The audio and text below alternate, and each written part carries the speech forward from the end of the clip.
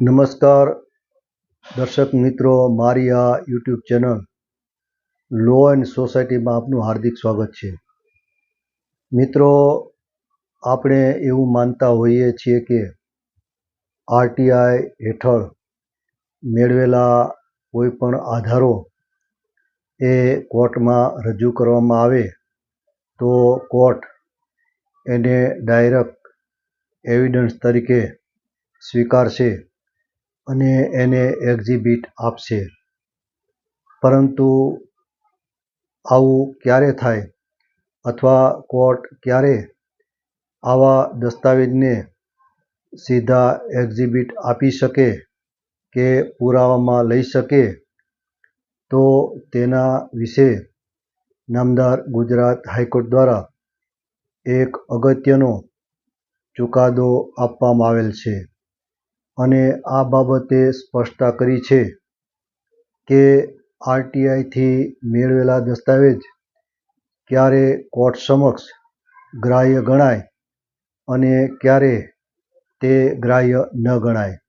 તો આજે આપણે આ ચુકાદાની જાણકારી મેળવશું.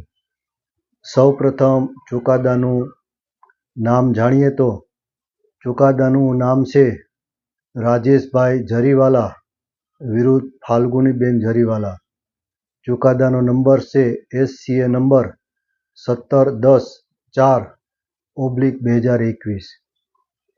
મિત્રો, સુરતની એક કોર્ટમાં મિલકતની વહેંચણી અંગેનો એક દાવો ચાલતો હતો. હવે આમાં વાદી પક્ષ દ્વારા સુરત મહાનગરપાલિકા પાસેથી આરટીઆઈ હેઠળ 3 દસ્તાવેજો મેળવ્યા હતા. એમાં 2 કમ્પ્લીશન સર્ટિફિકેટ હતા અને એક કૌટુંબિક વહેંચણીનો કરાર હતો. હવે કોર્ટમાં કેસ ચાલવા દરમિયાન ટ્રાયલ કોર્ટમાં આ દસ્તાવેજો રજૂ કરવામાં આવ્યા.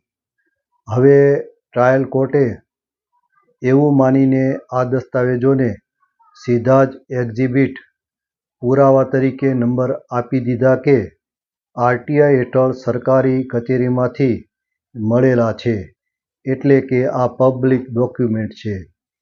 હવે આ આદેશ સામે પ્રતિવાદી પક્ષ છે એના દ્વારા આ જે એક્ઝિબિટ પાડવામાં આવ્યા તેની સામે નામદાર ગુજરાત હાઈકોર્ટમાં અરજી કરી. હવે આ અરજી થતાં નામદાર ગુજરાત હાઈકોર્ટ દ્વારા એવી સ્પષ્ટતા કરવામાં આવી કે સરકારી કચેરીમાં જમા થવાથી ખાનગી કાગળ જાહેર નથી બનતો. પુરાવા એક્ટની કલમ 74(2) મુજબ જો મૂળ દસ્તાવેજ ખાનગી ડોક્યુમેન્ટ હોય, જેમ કે કોઈ કરાર કે સર્ટિફિકેટ કે અન્ય દસ્તાવેજો, તો તે માત્ર સરકારી કે નગરપાલિકાની કચેરીમાંથી એટલે કે નગરપાલિકાની કચેરીમાં જમા હોવાના કારણે તે આરટીઆઈથી મળવાના કારણે આપોઆપ પબ્લિક ડોક્યુમેન્ટ બની જતો નથી. મિત્રો, આરટીઆઈની નકલ એ માત્ર ટ્રુ કોપી છે, સીધો ગૌણ પુરાવો નહીં. આરટીઆઈ હેઠળ આપેલી નકલ એ સરકારી રેકર્ડમાં રહેલા કાગળની ખરી નકલ છે, ટ્રુ કોપી છે.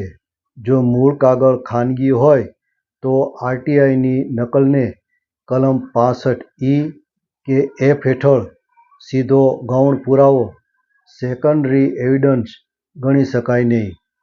કોર્ટે કહ્યું કે આ કાગળો તમારે પુરાવા તરીકે સાબિત કરવા હોય તો તમારે ખાનગી દસ્તાવેજ કોર્ટમાં રજૂ કરવા હોય તો સૌપ્રથમ તમારે કલમ 65(A), B કે C મુજબ મૂળ દસ્તાવેજ ક્યાં છે, એટલે કે મૂળ દસ્તાવેજ જે હોય એ ક્યાં છે અને શા માટે રજૂ કરવામાં આવતા નથી અથવા તમે શા માટે રજૂ કરી શકતા નથી, તેનો આધાર કોર્ટ સમક્ષ મૂકવો પડશે. એટલે કે કોઈ પુરાવો મૂકવો પડે કે તમે કયા કારણોસર આ આધારો રજૂ કરી શકવા માટે સક્ષમ નથી.